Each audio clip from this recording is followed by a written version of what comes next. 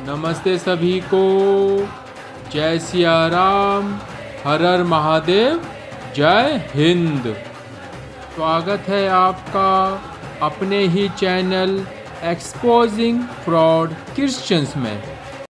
तो आज का वीडियो बहुत खास होने वाला है। इस वीडियो में आप लोग देखेंगे कि जो इसल्टो के परमेश्वर है, जो अपने आप को बोलते हैं कि मैं जगत की ज्योति हूँ, मैं प्रकाश हूँ, मैं लाइट हूँ करके, उनको सफाई के बारे में कुछ भी नहीं पता है और वो गंदगी में रहते हैं। इस वीडियो में आप लोग देखेंगे कि वो कितने अनहेल्थी और अनहाइजीनिक काम करते हैं।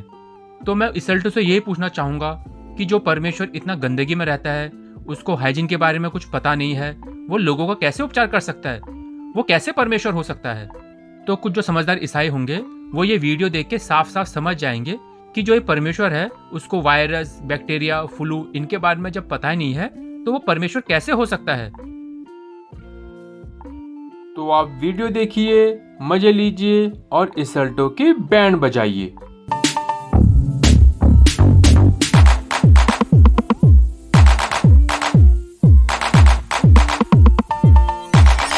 आप लोगों के लिए रेफरेंस स्क्रीन में भी लगा देता हूं और आप खुद देख सकते हैं। तो इसके लिए देखेंगे आप गॉस्पेल ऑफ मार्क चैप्टर 7। तो चैप्टर 7 के 31 में ऐसे लिख रखा है, फिर वह सूर के इलाके से वापस आ गया और दिकपुलिस यानी 10 नगर के रास्ते सिदोन होता हुआ झील गलील पहुंचा। वहां कुछ लोग यीशु के पास एक व्यक्ति को लाए जो बहरा था और ठीक से बोल भी नहीं पाता था। लोगों ने यीशु से प्रार्थना की कि वह उस पर अपना हाथ रख दे। यीशु उसे भीड़ से दूर एक तरफ ले गया। यीशु ने अपनी उंगलियां उसके कान में डाली और फिर उसने थूका और उस व्यक्ति की जीभ छुई। फिर स्वर्ग की ओर ऊपर देखकर वह गहरी सांस भरते हुए उससे कहा, इफ्ताह अर्थात खुल जा। और उसके कान खुल गए और उसकी जीभ की गांठ भी खुल गई और वह साफ साफ बोलने लगा। फिर यीशु ने उन्हें आज्ञा दी कि किसी को कुछ न बताना। पर उसने लोगों को जितना रोकना चाहा उन्होंने उसे उतना ही अधिक फैलाया। तो यहाँ पे देख सकते हैं आप, आज से 2500 साल पहले लोगों ने ऐसा लिख दिया कि यीशु ने थूक लगाया, मिट्टी लगाई और वो ठीक हो गया। लेकिन उनको इस बात का पता नहीं चला कि आने वाले समय में जो साइंस इतनी तरक्की कर लेगी कि जो मिट्टी है, थूक है, इसको गलत बताया जाएगा साइंस में कि कोई मिट्टी से ठीक कर रहा है, कोई थूक लगा के ठीक कर रहा है। तो इस चीज को साइंस के हिसाब से गलत बताया जाएगा, क्योंकि उन लोगों को ये नहीं पता था कि आने वाले समय पे साइंस तरक्की करेगा और जो बैक्टीरिया, वायरस, फ्लू होते हैं इनको गलत बताया जाएगा। तो जब उन लोगों को पता नहीं था तो इसके लिए यीशु को भी पता नहीं था कि आने वाले समय में थूक लगा के, मिट्टी लगा के कोई ठीक नहीं करता है। तो यहाँ पे देख सकते हैं आप कि बाइबल में कैसी कैसी बोंगियां भरी पड़ी है, जिसको कहा जाता है कि ये परमेश्वर की प्रेरणा से लिखी गई है। तो यहाँ पे यीशु को जो मिट्टी है, जो थूक है, इससे जो ठीक कर रहे हैं, इसको गंदा बताया जाता है। इस बारे में नहीं पता था। क्यों? क्योंकि जिसने ये किताब लिखी उसको भी नहीं पता था। इसके लिए कहता हूँ कि गंगाधर ही शक्तिमान है। और यहाँ पे आप देख सकते हैं कि ये कितना अनहेल्थी और अनहाइजीनिक है कि यीशु हमेशा थूक लगा के काम कर रहे हैं, कभी मिट्टी लगा के काम कर रहे हैं।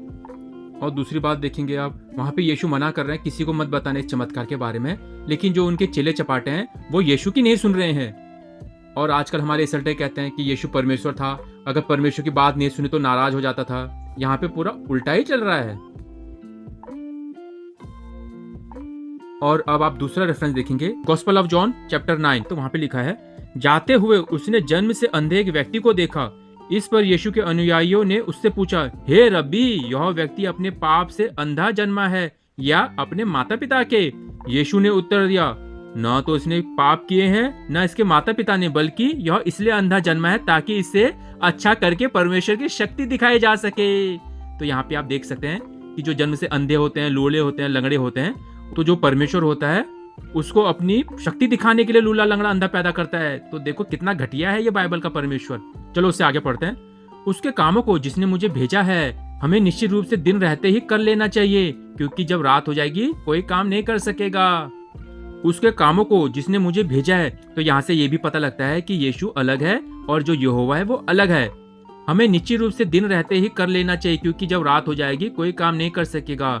तो इसका मतलब है कि यीशु को आने वाले समय में ये नहीं पता था कि बिजली का आविष्कार हो जाएगा और लोग रात को भी काम करेंगे। तो यहाँ पे यीशु को इस चीज का नहीं पता था। क्यों?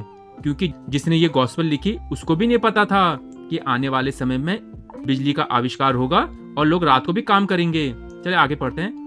जब मैं जगत में हूँ, मैं जगत की ज्योति हूँ। आप देख सकते हैं आप, जो जगत की ज्योति है उसको पता नहीं है कि आने वाले समय में बिजली का आविष्कार होगा, क्योंकि जिसने ये गॉस्पेल लिखी उसको खुद ने पता था। इसके लिए कहता हूँ गंगाधरी शक्तिमान है। और दूसरी बात, जब यीशु बोल रहे हैं कि मैं जगत की ज्योति हूँ, तो उस ज्योति से वो लोगों की मदद कर सकते थे जो रात को भी काम करना चाहते थे। चलिए इससे आगे देखते हैं। इतना कहकर यीशु ने धरती पर थूका और उससे थोड़ी मिट्टी सानी उसे अंधे की आंखों पर मल दिया और उससे कहा, जा और शिलो के तालाब में धोआ। शिलो अर्थात भेजा हुआ। और फिर उस अंधे ने जाकर आंखें धो डाली। जब वह लौटा तो उसे दिखाई दे रहा था। तो यहाँ पे देख सकते हैं आप कि जो यीशु थे वो कितने अनहाइजीनिक थे, थूक से और मिट्टी से लोगों की आंखें ठीक कर रहे थे। तो ये चीज आजकल क्यों नहीं होता है इसल्टो?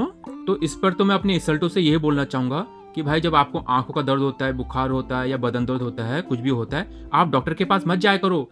आप मिट्टी लिया करो, उसमें थूका करो, फिर उसको अपने बदन में लगा दिया करो, जहाँ पे दर्द है वो ठीक हो जाएगा। तो देखा आपने कि जो यीशु थे वो कितने अनहेल्थी और अनहाइजीनिक काम करते थे, और जो इसल्ट हैं वो ये बोलते हैं कि ये उनका चमत्कार था। तो मैं उन इसल्टों को ये बोलना चाहता हूँ, तो जब आपको कभी आंखों में दर्द, बदन दर्द या कुछ एक्सीडेंट हो जाता है, तो आप भी यही किया करो, मिट्टी लिया करो, उसमें थूका करो, फिर अपने बदन में लगा लिया करो। तो बहुत बहुत धन्यवाद। जय सिया राम, हर हर महादेव, जय हिंद।